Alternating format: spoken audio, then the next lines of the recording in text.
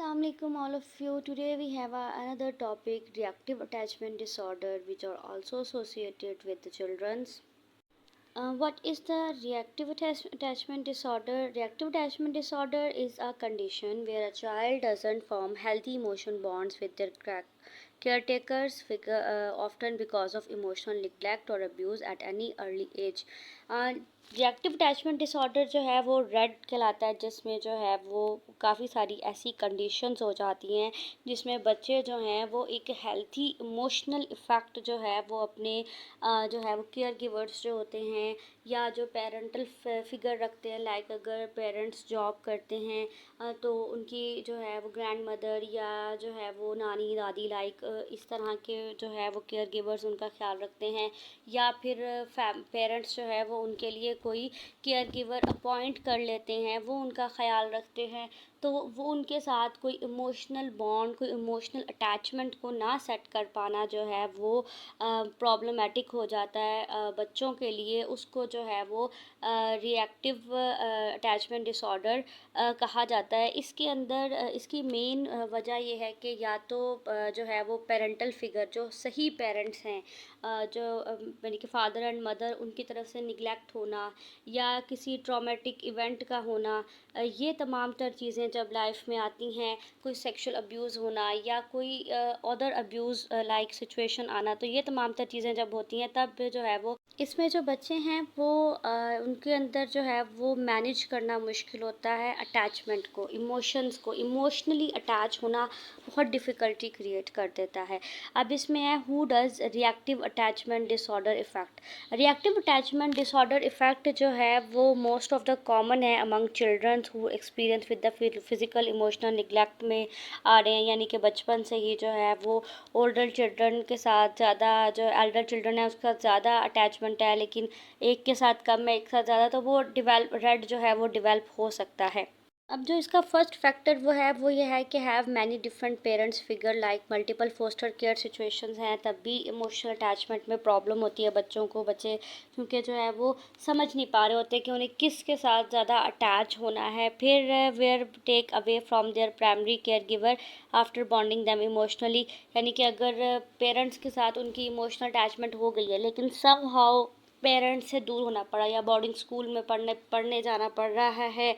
या फिर पेरेंट्स को किसी जॉब सिचुएशन के लिए या किसी और चीज़ के लिए उस जगह को छोड़ना पड़ रहा है और पेरेंट्स, बच्चे जो हैं वो केयर टेकर्स के पास रह रहे हैं, तब ये इमोशनली बॉन्डिंग में प्रॉब्लम आती है। फिर सेवरल ट्रॉमेटिक जो है वो अर्ली लाइफ, बहुत छोटी उम्र में ऐसी चीज़ें एक्सपीरियंस करना जो ट्रॉमेटिक हो, लाइक पेरेंट्स डिवोर्स या किसी पेरेंट्स में से किसी लव्ड वन की डेथ हो जाना, ये तमाम तर चीज़ें। फिर have parental figure who didn't try to become emotionally close to them, फिर ऐसा होना कि पेरेंटल फिगर का, यानी कि या तो फादर या तो मदर, दोनों में से किसी का भी खुद से इमोशनल अटैचमेंट ना बनाना, बच्चों को खुद से दूर रखना, उनसे ज़्यादा अच्छे से बात ना करना, गुस्सा करना, ये चीज़ भी जो है वो रिएक्टिव अटैचमेंट डिसऑर्डर के ऊपर आती है। या फिर बच्चों का किसी ऐसी इंस्टीट्यूशन में टाइम का गुजारना, यानी कि किसी ऑर्फनेज में होना जहाँ पर उन्हें कोई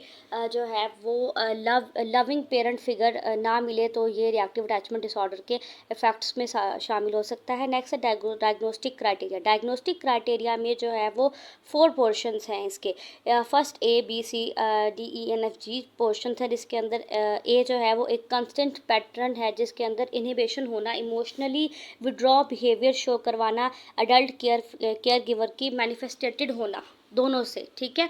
और इसमें जो है वो चिल्ड्रन बहुत मिनिमल कंफर्ट सीख करता है किसी भी पर्सन के साथ। फिर मिनिमल रिस्पॉन्ड प्रोवाइड करना, कंफर्ट और डिस्ट्रस्ट सिचुएशंस हो जाना, ये तमाम तर चीज़ें जो है फर्स्ट जो है पोर्शन। नेक्स्ट जो है वो बी पार्ट, इसमें जो है a persistent social and emotional disturbance characterize by at least 2 और फॉलोइंग, इनमें से किसी 2 का होना, यानी कि minimal social emotional representation,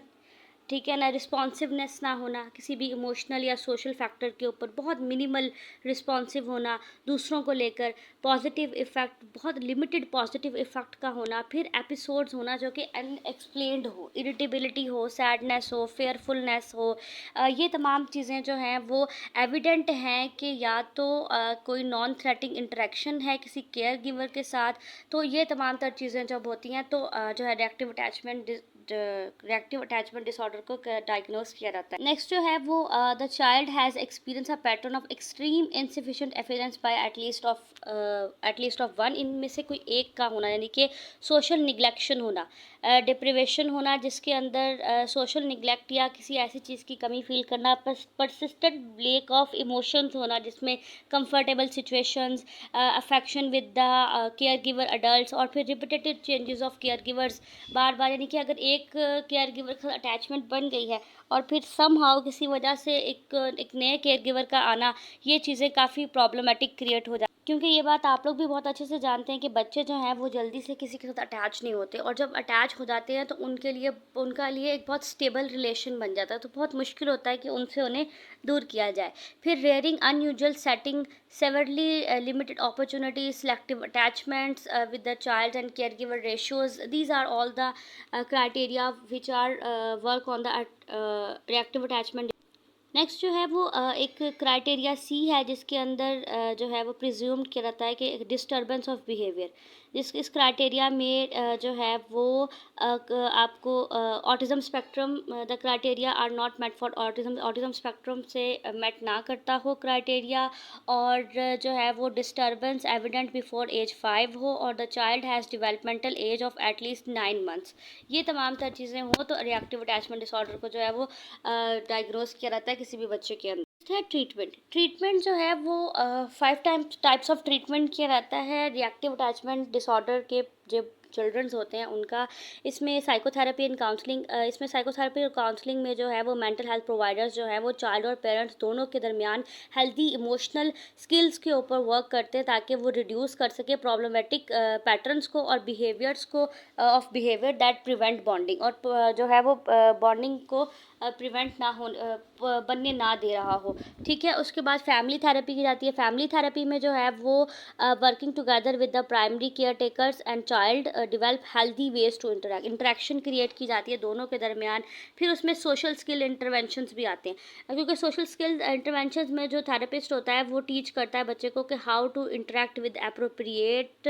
similar age children के साथ किस तरह से रिएक्ट करना है, फिर टिपिकल सोशल सेटिंग्स में कैसे बिहेव करना है, यानी कि कैसे ग्रीट करना है, हाय हेलो अस्सलाम वालेकुम टाइप, इस तरह की चीज़ें उन्हें सिखाई जाती हैं। फिर वो किस तरह आउटसाइड पर कैसे मैनरिज्म सिखाया जाता है कि वो किस तरह से बाहर जाकर बिहेव कर सकते हैं दूसरों के साथ। फिर स्पेशल एजुकेशन, जिसमें स्कूल बेस्ड प्रोग्राम आते हैं, जिसमें उन्हें स्कूल बेस्ड लर्निंग या एकेडमिक स्किल्स सिखाई जाती हैं, जिससे वो एजुकेशनल